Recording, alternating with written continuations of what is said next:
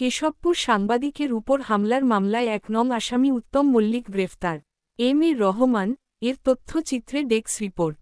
যশোরের কেশবপুরে সাংবাদিক সুশান্ত কুমার মল্লিককে বেধড়ক মারপিটের ঘটনায় চিংড়া বাজার পুলিশ ক্যাম্পের ইনচার্জ এসআই শামীম হোসাইন সঙ্গীয় ফোর্স নিয়ে কৌশল অবলম্বন করে বুধবার রাতে শরাবপুর গ্রামে অভিযান পরিচালনা করে এজাহারভুক্ত আসামি উত্তম মল্লিক ৪০কে গ্রেপ্তার করেছে।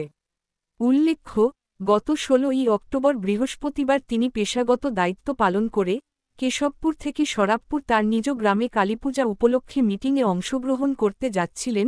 পথিমধ্যে তার মোটরসাইকেল গতিরোধ করে গৌরচন্দ্র মল্লিকের ছেলে উত্তম কুমার ও প্রদীপ কুমার সহ কয়েকজন। তিনি কিছু বুঝে ওঠার আগে তাকে বেধড়ক মারপিট করে রক্তাক্ত জখম করে। এ ঘটনা সুশান্ত মল্লিক বাদী হয়ে ৬ জনকে আসামি করে কেশবপুর থানায় একটি মামলা দায়ের করেন, যার নং ১২ তারিখ -16.10.25।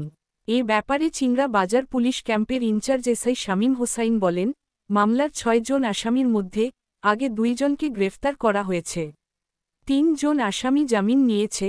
১ নম্বর আসামি উত্তম মল্লিক পলাতক ছিল, তাকে গত বুধবার রাতে গ্রেফতার করা হয়েছে। আজ বৃহস্পতিবার আসামিকে যশোর আদালতে প্রেরণ করা হবে।